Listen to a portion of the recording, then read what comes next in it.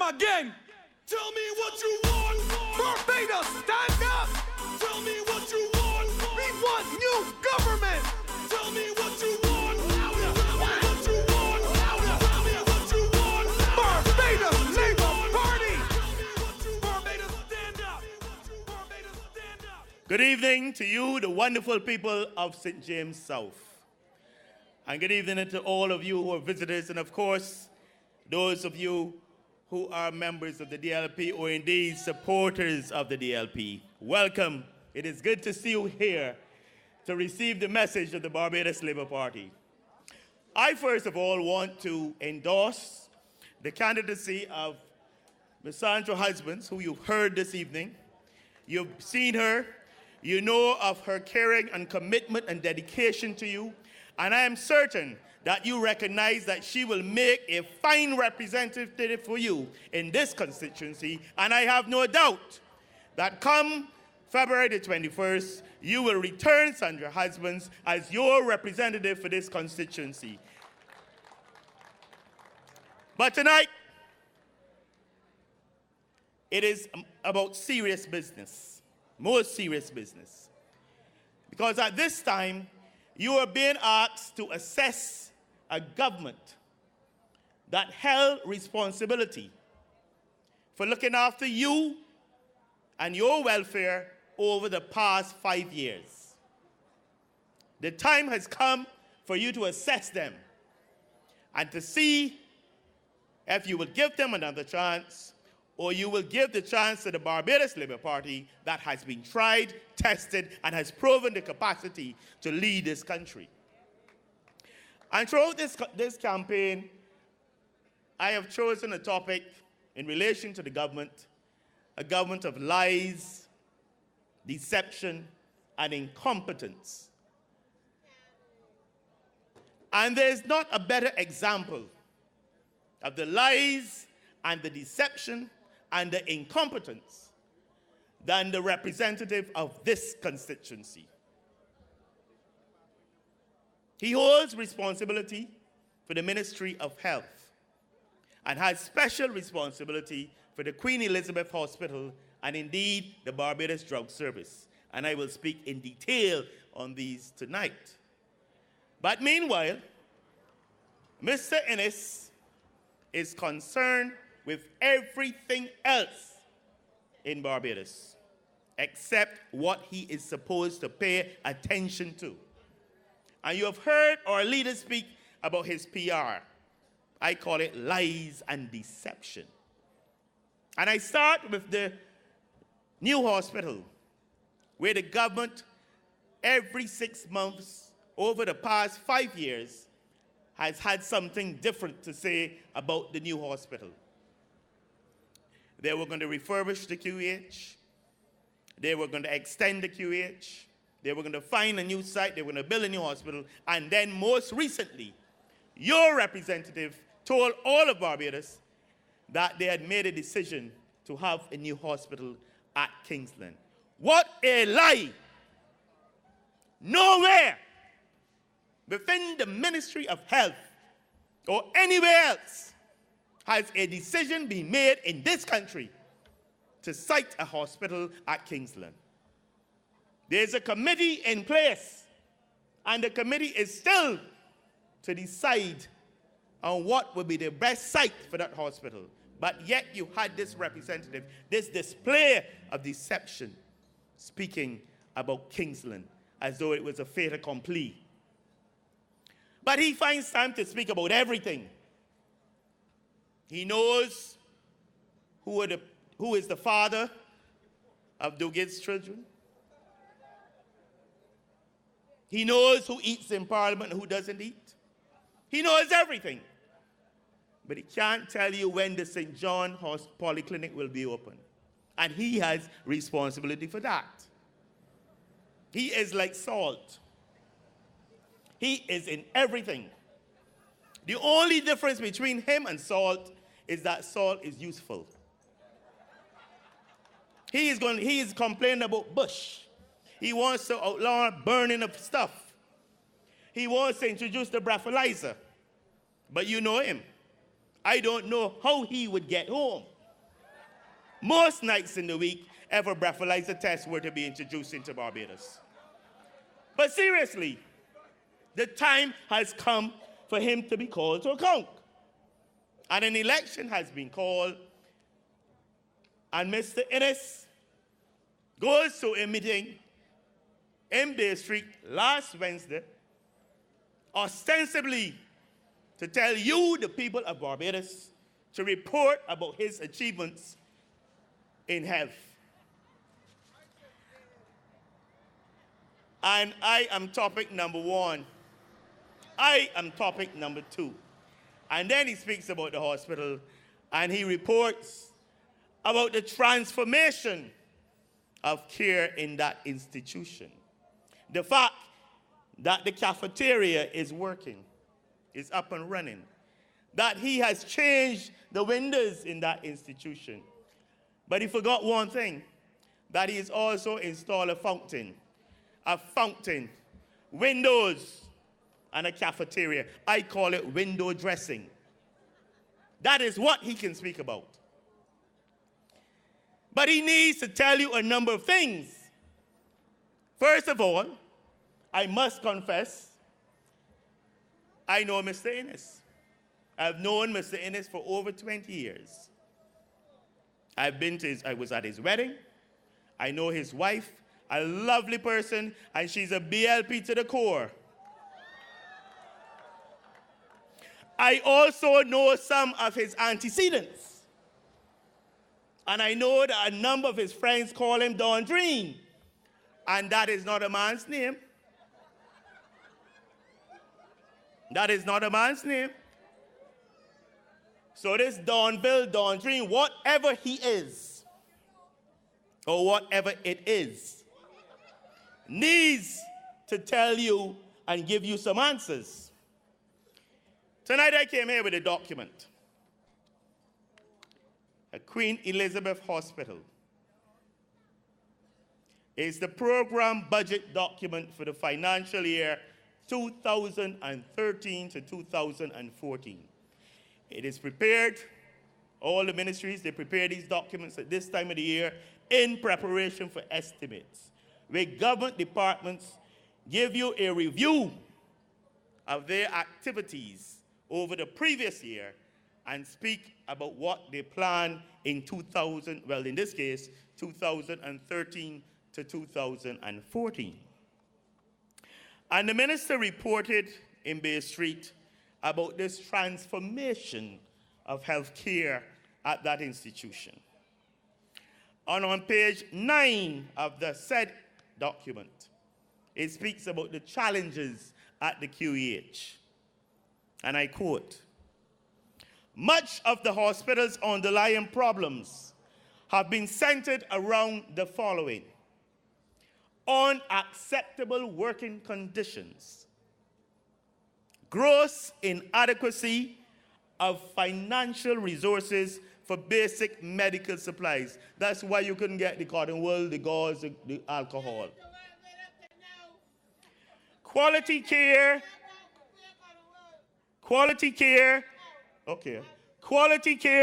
compromised by severe shortage of human resources. 112 vacancies for nurses as I speak to you. 67 resigning between October and December last year. And the minister has the temerity to push out his chest and speak about a transformation of that health institution in terms of the provision of care. You understand what this document is saying? You understand? Unacceptable working conditions, gross inadequacy of financial resources for basic medical supplies, quality care being compromised by severe shortages of staff. That is the document of the QEH and the Ministry of Health, not my document. Not my document. This is the report that he should be given to you of his stewardship. 5 years. 3 boards, 3 chairmen, 2 CEOs, and the hospital in a mess. And the minister comes and tells you a deliberate lie and deception to deceive you that there has been this transformation and this metamorphosis at the hospital. What nonsense! Nurses leaving. And every time the minister opens his mouth, he is critical of them. Working, some of them double shifts beyond the call of duty. Him and the doctors, always at a fuss or a fight. There's always something with him and BAMP. But that is not the main issue. It has to do with the sort of clinical care that is being made available to patients and Barbadians, ordinary Barbadians, at this time. When you could have in 2012 in Barbados, where an infant possibly died because of the lack of a piece of equipment, which cost only 10,000 US.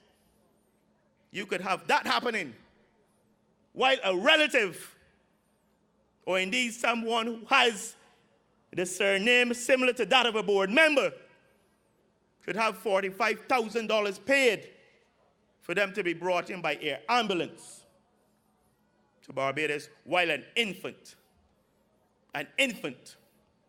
probably died because of the lack of a piece of equipment for $10,000. Those are the sort of things Mr. Innes needs to speak to you about. He needs to tell you what has been happening in the dialysis unit of the Queen Elizabeth Hospital in terms of persons who depend on dialysis to keep them alive. What nonsense happened in July and August? How many you said died? I don't have those figures. But he needs to tell you the circumstances in terms of the dialysis unit. What happened in terms of the purchase of rock salt to be used in those machines. How it was purchased. Why it was purchased from a different person. And indeed, to explain to you, the people of St. James South, how many people died who attended the dialysis unit who are no longer with us during the months of July to September last year. And indeed, he needs to come to you and tell you if there was indeed an increase in the infection rate in the dialysis unit. These are the sort of things he should be reporting to you. But telling you about a cafeteria, telling you about windows, telling you about a fountain, and laughing and smiling and pushing his mouth in everything. And this is what is happening at the Queen Elizabeth Hospital under his watch. You've heard William Dugan speak about the procurement processes at the QEH. What has been happening, where you've been paying double the price for certain things, where rather than buying things locally, you're bringing them through a company in Miami that no one knows who are the directors or those of interest in that company. These are the sort of things that the minister needs to speak to you about. But he's not talking. He is in everything. Whenever you see him, he has a glass in one hand and he's laughing or dancing like Tobago girl out of rhythm or rhyme, oblivious to what is happening around him. And people continue to suffer. Most days, list cancel. As I speak to you, the autoclaves are down. Autoclaves are used to sterilize linen and other things of the dressings in the hospital. Those things are important. And you must be happy. She's speaking about it. These things are the things the minister needs to speak about. But he has no time for that. He speaks about an Alliance Eye Care Center and that he will open this and that he will provide eye care for people throughout the region. With what staff? With what staff? cannot even run the basic services in the hospital because of your shortages of nurses. And you're going to talk that you're going to run a Lions Eye Care Center and offer services. What nonsense. And then he has the temerity to come and speak of these things as though they are just started. When we left office, there was $6 million euros available for the construction of a new cardiac unit, recognizing the scourge of diabetes and heart disease in this country. As I speak to you, 5 years later, that cardiac unit is still to be completed to offer services to you, the people of Barbados. And the minister oblivious to all of this around him. And he is happy. And he is transforming healthcare in this country. But I need to get to the Barbados Drug Service. The minister speaks about this in glowing terms. How he had saved you, the taxpayers, over $12 million by introducing some uncaring, inhumane, and draconian measures to that service. And speaks about $12 million in savings. And I ask, but at what cost? What is the mortality and the morbidity that has occurred because of those measures? Not everyone who requires medication is able to pay the handling fee. Not everyone. And if you speak to pharmacists, they admit to you that they've seen a fall off in the number of people who came to get their prescriptions filled. They will also tell you that there's some who then go to the public clinics and say they can't wait in the long lines, come back to the private pharmacists and offer to pay. Sometimes they cannot pay. If they're on 4 types of medication, they probably can only pay for 2. You get what is called prescription picking, where they cannot pay for everything there, but they pick some of the items. That is wrong. How do you control diabetes and hypertension in people of this sort if they then have to manipulate their prescriptions after the doctor has issued something? I go further. You remove a whole slew of tablets called combi therapy, where you had combinations of drugs, where doctors had controlled persons, perhaps with hypertension, perhaps with diabetes, on a type of medication. And then you have removed those from the formulary. If you want them, you have to pay for them. Or you go back from taking 1 tablet to taking 2 and 3. And a lot of people are not interested in that. Those who can pay for it will do it. But those who cannot then have to abide and become non-compliant. There is morbidity attached to this. They need to tell you, since these draconian measures were introduced, what has happened in terms of strokes in Barbados, what has happened in terms of persons being admitted with uncontrolled diabetes. But these are not the things you tell you. But we know that this should not have been done like this. We in the Barbados Labour Party spoke about reform of the drug service. But it has to be done in a humane and a caring fashion. And the elderly and those who need the protection have to be protected. And that is why you heard our leader say earlier that in a new BLP government, this category of people will be protected, certainly within the drug service. Because those things are wrong. You cannot make sweeping changes like that in the drug service without looking at the consequences. And then there's a category of people who live in this country. Some of them have been here for 30, 40 years, worked in Barbados, were married to Barbadians, had Barbadian children, paid their taxes, and overnight, in their 60s and 70s, you tell them that because they don't have certain status, they're not entitled to medication. 65 years old, 70, have worked nowhere else but in this country. And you then tell them that they have to pay for their medication. Those things are wrong. There are cases of persons who have worked in this country as domestics for years, have worked in the sugarcane plantations, from St. Vincent, from St. Lucia, who are now in their 70s. And because they don't have certain, they're not citizens, they cannot benefit. That is wrong. What is supposed to have to happen to them? How are they supposed to survive in a situation where your cost of living is increasing, where they have to choose? These are often retired persons, between food, between housing, between clothing and medication. And you tell me you saved $12 million? At what cost? At what cost in morbidity? In what cost of mortality? How many people have died as a result of these changes which you, Donville Innes, have introduced? You need to ask yourself that. But I go on. The present government promised a lot. They promised you a new accident and emergency department.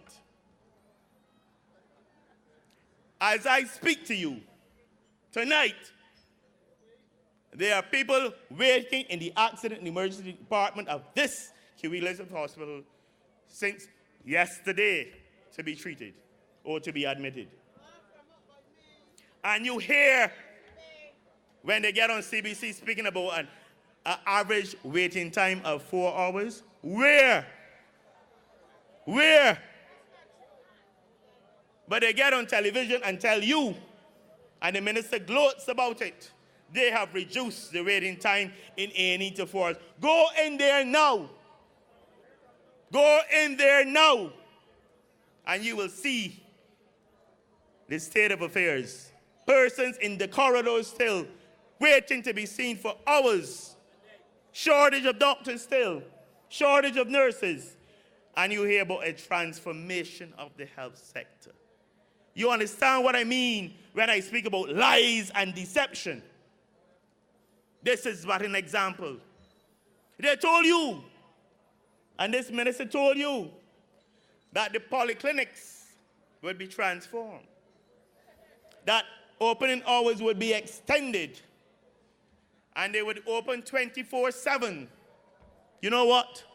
In 5 years, not a single polyclinic in Barbados has increased its opening time by an hour.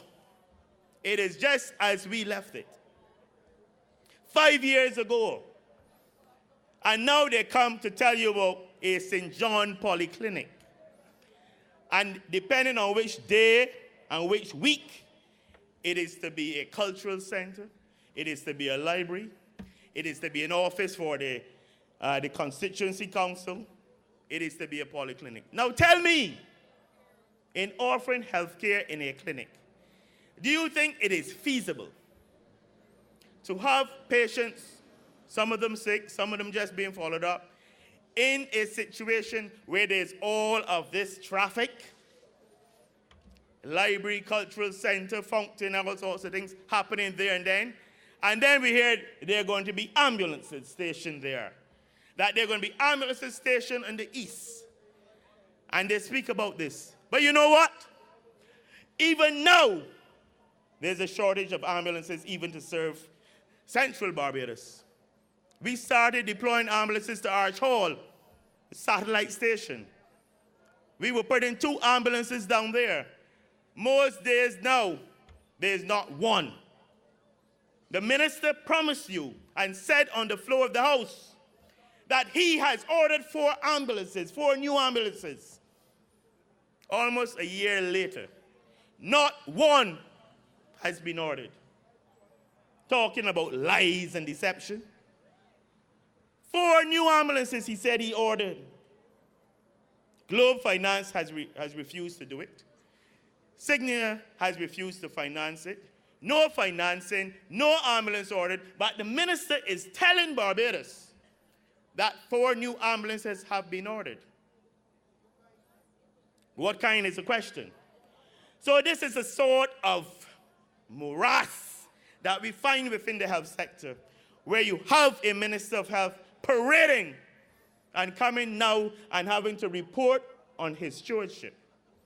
And is embellishing it in these terms of this transformation of the health sector and this changing of windows, what I call it window dressing, while the people of Barbados continue to suffer in terms of health care.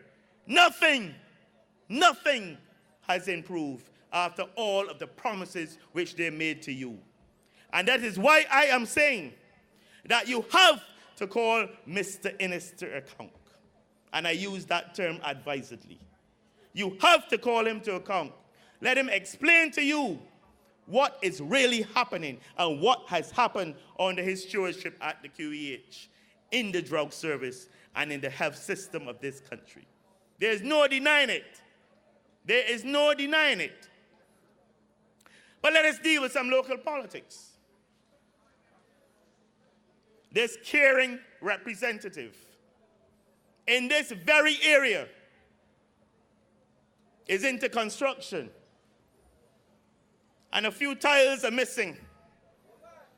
A few tiles are missing, and police are sent to search people in Haynesville. A caring representative. This is what it is all about. You take them, you entertain them, you keep fetes, and then you send the police. This is the sort of representative that you want in 2013.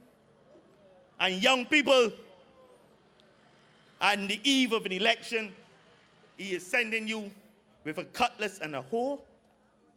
But he is Minister of Health.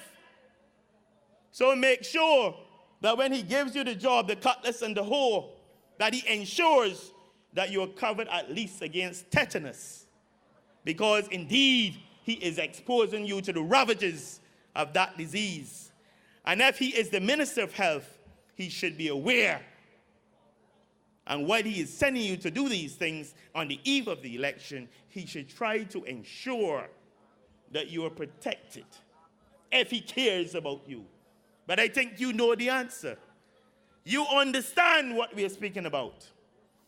But I'm saying, ladies and gentlemen, that there is a better way. There is the Barbados Labour Party way. You have heard our leader speaking about some of the plans in our manifesto in terms of health care.